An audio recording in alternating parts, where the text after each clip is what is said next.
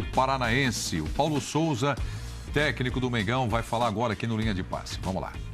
Acho que foi um jogo bem equilibrado. Acho que o resultado correto deveria ser bem um empate,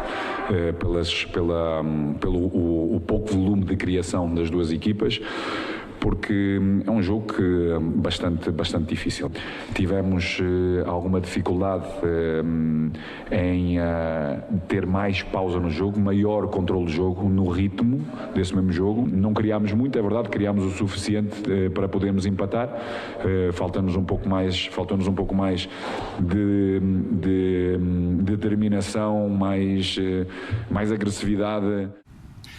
Deixa eu só abrir uma pausa aqui. Lembrei da fonte. Lembrei porque você me ajudou, né? Você me ajudou. Aqui para isso. Foi o Eugênio Leal, numa entrevista que, ao lado do Zupac, fizeram com o Paulo Angione, no podcast. E com o Mário Marra também. E o Mário Marra também junto. O Angione, diretor executivo do Fluminense, foi quem nos soltou essa frase. E que, inclusive, é psicólogo. O Angione é psicólogo. Então, quer dizer, tem toda a propriedade para dizer o que acabou declarando, que o jogador já não precisa mais de psicólogo, precisa de psiquiatra. Mas, enfim, Breiler, Flamengo perde por 1-0, ouvimos aí o Paulo Souza e tem uma certa cobrança para cima do Pedro também, não tem não? Tem, e alguns jogadores do Flamengo abaixo do que vinham demonstrando, e aí também pode ser acúmulo de jogos, desgaste.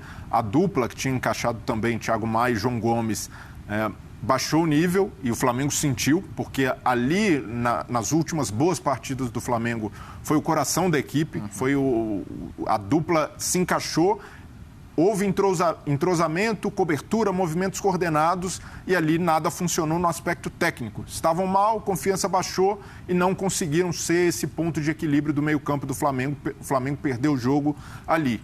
O Pedro foi voluntarioso, tentou, não se escondeu do jogo, mas a gente precisa reforçar o Pedro no que ele quer para a equipe e esse encaixe não tem ocorrido também por responsabilidade do jogador.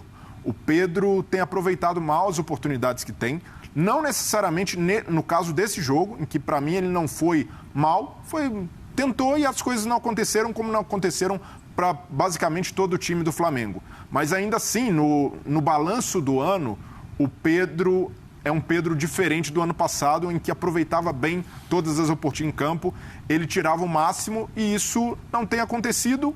E pode haver várias explicações, jogador também não se sentir confortável. O próprio Paulo Souza já cobrou mais intensidade e movimentação do Pedro, mas é um fato. O Paulo Souza já tentou jogar com o Pedro como titular, sem o Gabigol, com o Gabigol, deu minutos, deu oportunidades e o jogador não tem aproveitado. Eu acredito que para o Paulo Souza isso não seja um dilema.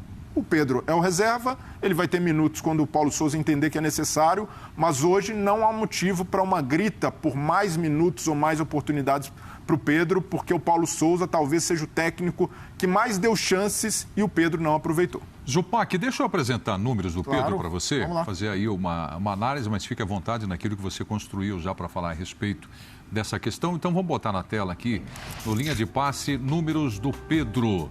Então temos aí, olha, na partida contra o Atlético Paranaense, e aí o Zupac vai falar se ele aproveitou a chance ou não. 90 minutos, 3 finalizações, uma certa, 2 chances criadas, 6 ações na área rival e 6 duelos vencidos. Terceiro jogo completo do Pedro com a camisa do Flamengo, Zupac. Na temporada 2022, o Pedro de fato não justifica a discussão que rendeu tanto nas últimas temporadas, né? E o que o Breiler falou é interessante, porque pela primeira vez o Pedro começou a temporada quase que em igualdade de condições com os demais, né? Porque antes, quando quem começou a temporada era o Jorge Jesus como técnico e o Pedro havia sido recém-contratado, ele seria reserva, porque era aquele ano mágico, o Gabriel era o grande craque, ele não ia jogar. O outro início de temporada, que foi com o Rogério Ceni, o Flamengo havia acabado de ser campeão brasileiro, o Gabriel já tinha o seu histórico no clube, o Rogério é um técnico brasileiro que vive isso de perto e o Pedro brigaria pela posição, mas com status de reserva. Dessa vez... E com o Rogério não jogava junto. Não jogava junto, e está explicado por quê, porque é difícil jogar junto. Vem esse ano, vem um técnico de fora, sem vícios no futebol brasileiro. O Flamengo vem de um ano ruim, o que sugere mudanças. Ele chega e coloca o Pedro como titular, né? E é um técnico acostumado a trabalhar com centroavante desse perfil, sem querer fazer comparações, mas ele tinha um centroavante que era o Lewandowski no time dele. Em características, é muito mais próximo do Pedro do que do Gabriel em características. Então, o Pedro chegou em um Flamengo zerado para oportunidades. E ele não aproveitou, né? Então, hoje, o que faz o Pedro ter poucos minutos ou menos minutos do que se espera no Flamengo é o próprio rendimento do Pedro. Isso, para mim, está muito claro. E isso não quer dizer que ele não é um excelente jogador. Claro que ele é. Mas o rendimento dele em 2022 não pede titularidade. O jogo de ontem foi ruim do Flamengo. E aí acho que o Pedro não aproveitou, mas eu acho que o funcionamento do ataque também não foi bom por escolhas do Paulo Souza. Assim, tá muito claro que o Paulo Souza não gosta do Marinho ponta direita. O Marinho do Santos, em termos de posição, não agrada ao Paulo Souza. Então ele bota o Marinho do outro lado. Para botar o Marinho do outro lado, ele botou o Lázaro do lado direito. E o Lázaro estava indo muito bem do lado esquerdo. Ele até tentou fazer inversão e tal do Flamengo. Então foi um jogo ruim, em que dentro desse contexto ofensivo abaixo do que a gente está acostumado, o Pedro também não foi bem. O Pedro, até antes dessa partida, tinha jogado nas 5 últimas apenas 34 minutos. Acho que a gente chegou a comentar, até fizeram um quadro aqui num dos programas e tal. Vinha entrando pouco, quando o São Paulo entrou 4 minutos. Aí se cobra, poxa, mas... E os gols também? Você joga 10 minutos, 4 minutos, tá? É difícil, né? Mas eu acho que houve esse problema também. Tudo indicava que o Lázaro, elogiado demais aqui pelo lado esquerdo. É o Lázaro. Se ele não for bem, acontece como aconteceu no último jogo, tira e põe o Marinho. Mas agora não, eu vou começar com o Marinho, vou poupar o Everton Ribeiro, ok, que vinha muito bem, parece que começou de novo a encontrar uma fase de crescimento legal.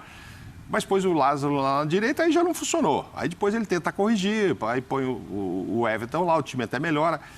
Mas, por exemplo, talvez quem mais tenha errado passes ontem, nesse jogo, foi o Arrascaeta. Então, assim, é o dínamo ali da engrenagem. É o dínamo da engrenagem. Aí ele disse, mas não somos máquinas. Aí já caímos naquele assunto, então, do cansaço. Aí a gente já volta, então, tá desgastado. Então, talvez não fosse a hora de poupar o Everton Ribeiro, fosse de poupar o Arrascaeta. Enfim, vários... Voltamos para o calendário? Não, a gente volta para o calendário lá e discute desde 1960 esse calendário. Exatamente. Mas, assim, vários jogadores não estavam muito inspirados, a coisa não funcionou. Até indecisões, tem bola que você pensa que o Arrascaeta vai passar para um jogador, o Gabigol está mais bem colocado, ele passa para o outro, enfim, é coisa que o cara não está inspirado, não era o dia. Vale ressaltar a estreia do Pablo, que me parece que não foi mal, né? Não foi mal dentro do contexto todo, mas fez muita diferença a dupla citada pelo Zupac, o Thiago e o João Gomes e o Arrascaeta. Com esses três não inspirados por ali, a coisa, né, que o Flamengo é inspirador quando está tudo bem do meio para frente. Atrás, ele vai ter que resolver ainda, o Paulo Souza vai ver. Agora entrando o Pablo, sabe-se lá se volta o Rodrigo, vai jogar com 3 zagueiros, Davi Luiz, Pablo e o Arão vai para o banco. Com o Thiago Maia e o João Gomes crescendo, embora não tenham ido bem. O Arão iria para o banco. O Arão vai para o banco, então. Um deles vai para o banco, ou o Arão briga para ser titular da zaga, né? Então são questões que... Ele vai querer brigar ali no meio, eu acho, né? Porque se ele tiver time... O Pablo, Rodrigo e Davi Luiz, Davi também deu uma melhorada, não estava tão bem. E tem o Felipe Luiz também, né? E tem o Felipe. Então, tem muita gente. Eu acho que o problema do Flamengo para o Paulo é arrumar de trás para frente, porque do meio para frente estava indo muito bem. Mas nesse jogo, todos aqueles que iam bem, foram bem nos jogos anteriores, não estavam inspirados, mas vale essa ressalta dele inverter o Lázaro de novo, que estava bem do lado de cá, e pôr do lado de lá. 1 minuto... Breiler, fala aí a respeito de Flamengo e Católica, quinta-feira, 7 da noite, aqui na ESPN. Expectativa aí para a apresentação do Mengão. O Flamengo precisa mostrar contra a Católica que o jogo contra o Atlético Paranaense foi um ponto fora da curva, porque é um time que vem em ascensão. A gente observa processos muito bem definidos do Paulo Souza, começa a enxergar uma espinha dorsal no Flamengo e é hora de tentar dar essa solidez. E aí, solidez é tentar não mexer demais no que está certo. O Mauro falou, Lázaro no lado dele, onde está jogando bem, o Everton Ribeiro voltando à sua posição já descansado, o Gabigol titular. E para mim, a discussão, que é onde o Arão vai jogar se tiver todos os zagueiros à disposição, hoje o meio-campo titular, embora o jogo em Curitiba tenha sido ruim, eu manteria Thiago Maia e João Gomes, apostaria nessa dupla pela sintonia que há entre os jogadores e como eles se complementam em campo, a intensidade que o Flamengo ganha com eles. Bom, quando estava acompanhando o jogo, eu falei, eu vou levar essa discussão aqui